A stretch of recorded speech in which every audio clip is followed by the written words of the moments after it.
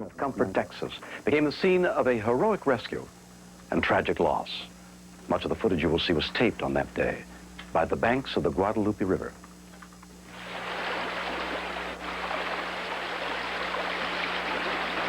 It was the day they were supposed to go home. The more than 300 children at the church camp were awakened early. The river was flooding. If they didn't leave soon, their buses might not be able to leave at all. They come in there rushing us up and everything. Telling us get up, get packs and all this stuff, and everybody was asking why. They said we got to get out of here because the river was flowing over.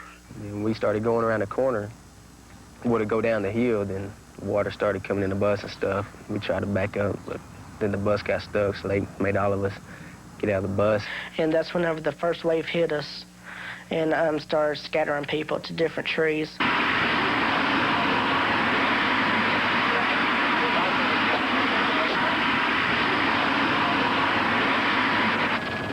Floodwaters of the Guadalupe River had swept away 43 people in a matter of seconds. A call for help went out.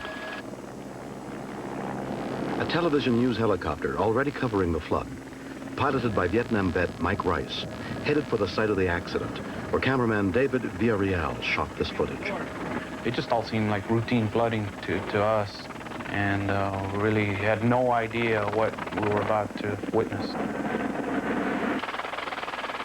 We were able to see the kids clinging onto the trees like ants, surrounded by rushing water. A Texas Department of Public Safety helicopter was already trying to pick someone out of the treetops, now barely above the 60-mile-an-hour flood waters.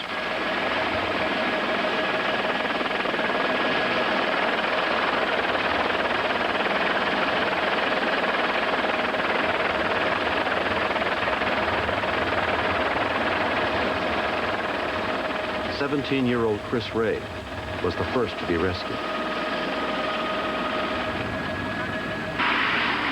As news bulletins spread the word of the flood and accident, more help arrived, but many parents feared the worst.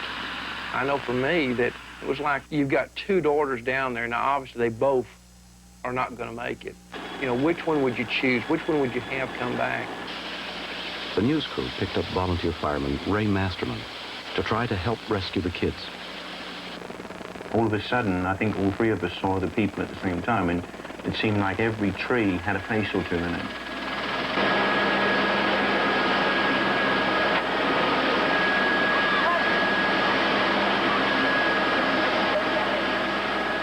It was a very dangerous situation when we're literally surrounded by trees, clipping trees with our blades.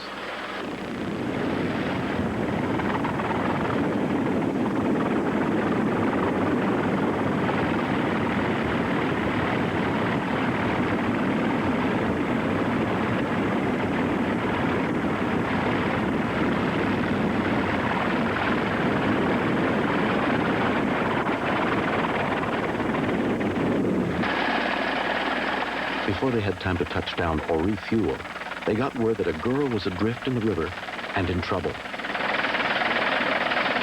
she is right there, Mike. She's floating in the water right there. She's still okay.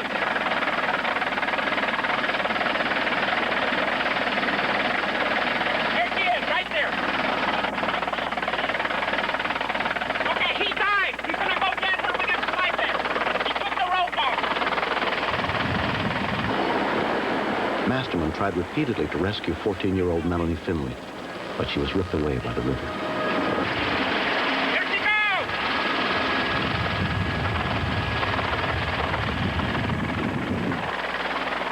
I wish I could have got hold of her. And I think, that we would have had more chance. But fate plays tricks like that. At 25 miles away, the Army's 507th Medical Company sent 16 men in 4 air ambulance helicopters, including Sergeant Keith McKenzie. As I went down, all I could see was scared kids. They were just all over the place, and everyone was yelling, "Get me, get me." The rescuers were lowered, knowing that if they got caught in the trees, they would be cut loose.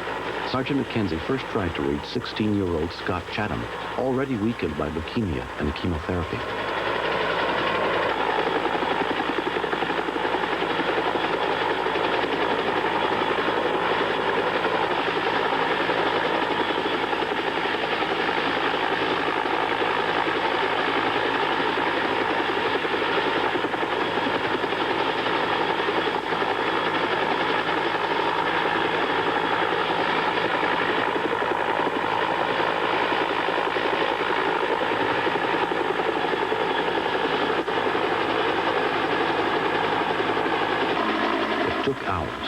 Army rescuers pulled 26 people out of the trees. By 11:30 that morning, it was over. 33 people had been saved.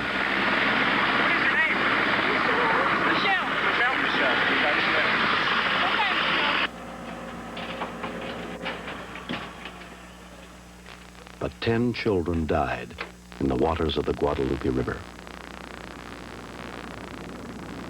The river has returned to normal, but the lives it touched remain forever changed. 15-year-old Michelle Jonas can't forget that day or her friends who didn't survive. Sometimes we'll cry about it, and sometimes we wish we were dead, sometimes and that they were still here. Gene Marsh, now 16, was rescued from the Comfort Flood, but his girlfriend Leslie drowned.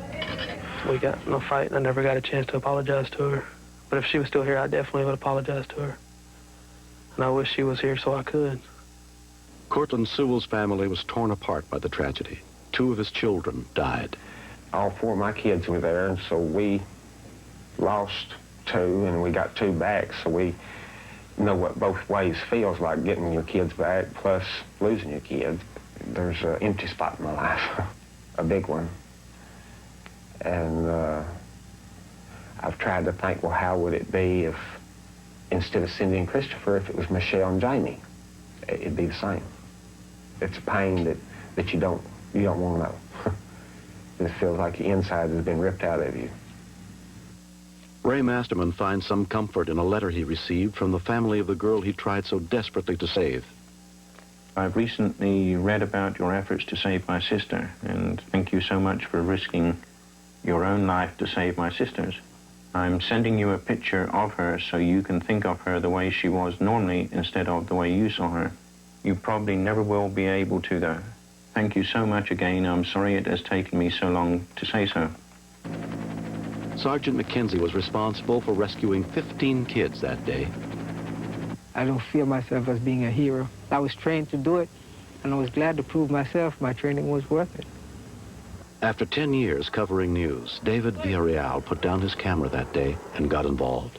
That, by far, is the biggest story I have covered in my career. The fact that we were part of it and were able to do something and at least save 2 of the girls feels like we accomplished something. 1 year later, a memorial was dedicated to the 10 who died, but also to the 33 survivors and the heroes who had risked their lives to save them. At the end of the ceremony, a lone helicopter flew over in tribute. They risked their lives to save our kids. If it weren't for them, we wouldn't be here. I think they really did a miracle for us.